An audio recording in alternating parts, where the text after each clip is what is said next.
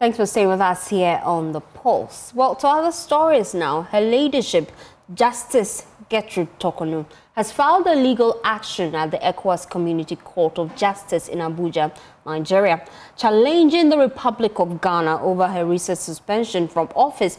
The move disclosed by Justice Ramsay via his official Twitter page marks a significant escalation in her legal fight to contest what she describes as a violation of her constitutional and human rights. Well, here's what Justice Ramsay posted on his X page, and that's coming up on your screens right now. It says, "I can confirm that the Chief Justice, Her Ladyship Justice Gertrude Tokonu, has filed another court case, this time at the ECOWAS Community Court in Abuja, Nigeria, against the Republic. In the case, which was filed on July 4, Her Ladyship repeated the same allegations of human rights violations, which are currently pending determination before our Supreme Court and also before our High Court in respect of the ongoing removal process.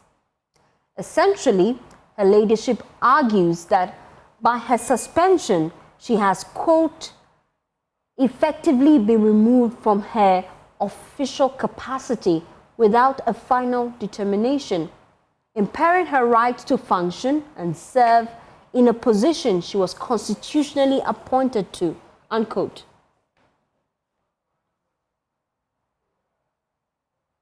Meanwhile, President John Dramani Mahama has stated that he will not make any decision regarding the suspended Chief Justice Gertrude Tokonu until he receives the final report from the committee probing the misconduct, alleging a lot of misconduct against him.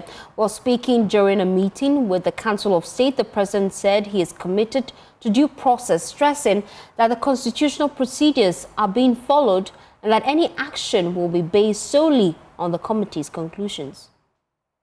Taking your work in earnest, as the chairman of the council has stated, we've referred several things to the council for advice, mostly in respect of appointments to governing boards and other statutory institutions. And I want to thank you for the approvals you have given us and for expediting the work of government. It's helped us to more speedily than any government in the past have persons in place to begin to prosecute the reset agenda that we have. On the issue of governance, we've had the difficulty issue with regards to the suspension of the Chief Justice, and of course the Council of State was involved in a part of that process, and so we've done our part. The rest is left with the committee that was set up to come out with whatever its findings are, and based on that, whatever the consequential issues are will be dealt with. Well, President John Dramani Mahama has announced a 10% reward paid in seized gold or cash to whistleblowers who help expose and dismantle gold smuggling networks. Speaking at the inauguration of the Goldbod Taskforce, he said that personnel of the task force will be equipped with body cameras and their vehicles will be fitted with GPS tracking to ensure accountability and transparency. He said the personnel have been carefully selected from the national security, military and other security agencies and have undergone rigorous training as well as polygraph testing. Every member of the task force will operate under strict oversight. All officers will wear body cameras in every operation they undertake.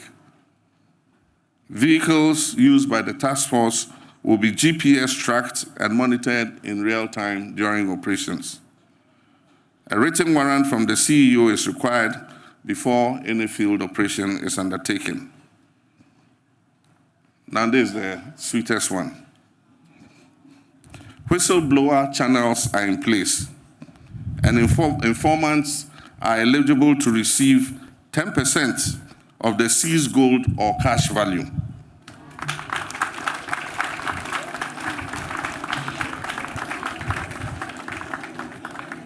So whistleblowers, get ready. If you blow the whistle on anybody, and gold is retrieved or cash is retrieved, you get 10% of the value of both the gold and the cash. And so to the task force, let me be clear. Abuse of your authority will not be tolerated, and any officer found engaging in misconduct will face immediate sanctions. And these could include dismissal, prosecution, and forfeiture of your entitlements. And so let this serve as a warning to all those involved in gold smuggling and the illegal trade. The law is going to be enforced without fear or favor. The Goldbod Act prohibits unlicensed trading and bans foreigners from purchasing gold on the local market. Any breach of this act could lead to a hefty fine of up to 2.4 million Ghana cedis or imprisonment of 5 to 10 years, or both. You can be imprisoned for between 5 to 10 years and still pay the fine. So this is a warning to those involved in the illicit gold trade. However, foreign entities may apply to Goldbod for licenses to offtake gold or invest in refining and value addition. And so our message is simple today. Operate within the law or you face the full consequences of the law. Well, the president declared that the time has come for Ghanaians to also own gold mines and take full control of the country's mineral wealth. According to him, his administration is determined to work with Ghanaians who have the resources to invest in the mining sector so that they don't just work in the industry but own it and produce gold for exports. Ghana has been blessed bountifully with much natural resources. But over the centuries, we didn't have the human resource, we didn't have the capital, we didn't have the technology, and so we had what they call the Gettysburg system of natural resource exploitation, where foreign companies that had those three ingredients took huge concessions and mined them over decades with very little coming to the state. Now, if we're to create prosperity for our people, then it means that we must take greater control of our natural resources. And it's not only Ghana that is taking greater natural control of its resources. There are examples where countries guard their natural resources. Botswana is an example. You can't export one single diamond out of Botswana without committing a crime.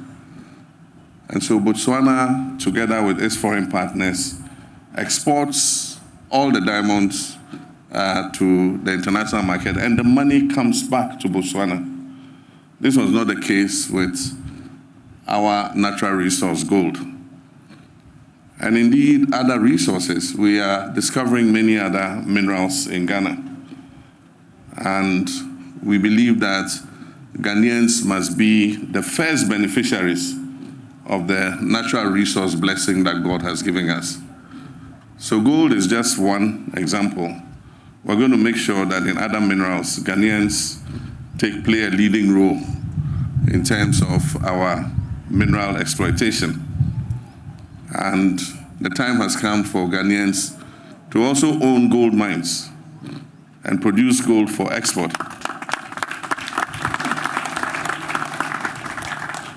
And so we'll work with Ghanaian companies that have the equipment, the technology, and the human resource to ensure that they also can establish first-class gold mines and own those gold mines so that Ghana can fully benefit from the resource that we have.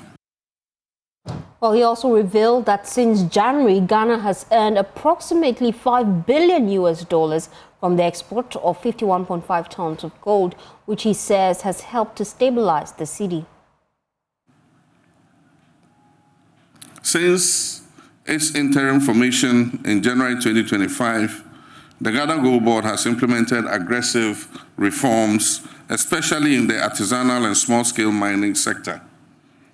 By May alone, the Gold Board had exported 11 tons of gold valued at USD 1.1 billion. Actually, it's in May alone, the Gold Board exported 11 tons of gold valued at 1.1 billion US dollars. Cumulatively from January, exports from the small-scale sector reached 51.5 tons, which is valued at approximately 5 billion US dollars. Can you imagine? This is gold, money that would not have come back to Ghana because traders would have taken it freely out of our country and kept the foreign exchange reserves outside. So approximately from January, we have exported 51.5 tons, which is valued at approximately 5 billion US dollars. So 5 billion US dollars has come into the Bank of Ghana. This represents a 95% increase from the same period in 2024 and surpasses large-scale mining exports for the first time in our history. These inflows have strengthened our foreign reserves, have improved our balance of payments, and have, most importantly, helped stabilize the value of our local currency, the cedi. It is Gold Board that has made the cedi an abrantier now.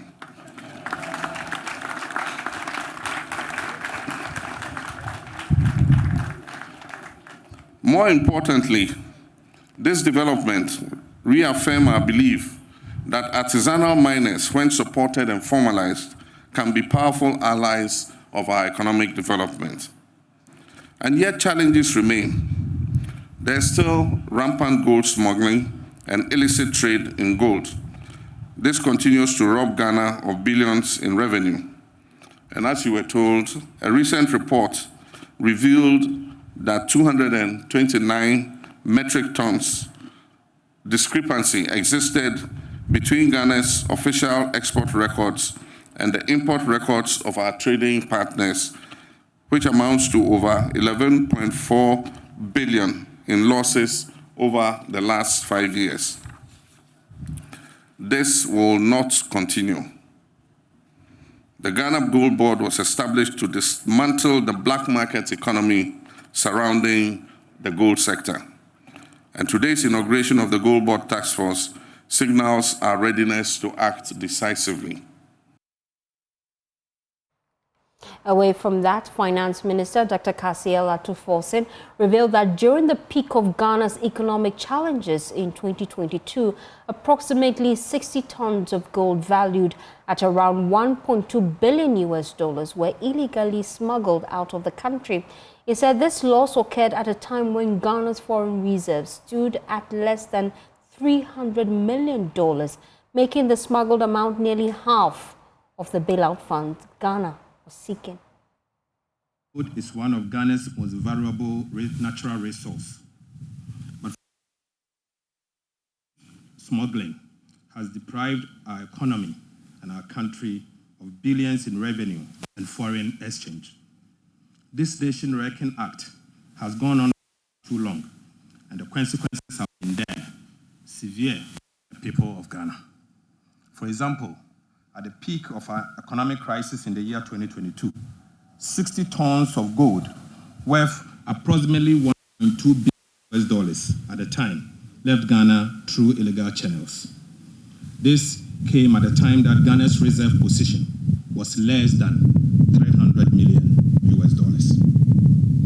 That was nearly half of what Ghana was seeking from the International Monetary Fund as bailout, in fact, for the purposes of resource and reserve accumulation. Your Excellency, it is estimated that about 600 tons of gold have been smuggled out of our country in the last 10 years. In fact, in the last 5 years alone, approximately 12 billion US dollars has left the shores of Ghana unaccounted for. Mr. President, imagine 12 billion US dollars translating into foreign exchange and supporting Ghana's reserve position. Certainly, our national currency will be stable. Or imagine the number of hospitals, schools, water, and roads that revenue from these smuggled gold resources would have used for. Mr. President, this is something we need to confront head on. It is time for us to be decisive and ruthless towards those who are sabotaging the economy of Ghana. The people of Ghana deserves better. Defeating gold smuggling and its syndicate will place our country firmly in our control from our gold resources and ensure that Ghana benefits fully from it.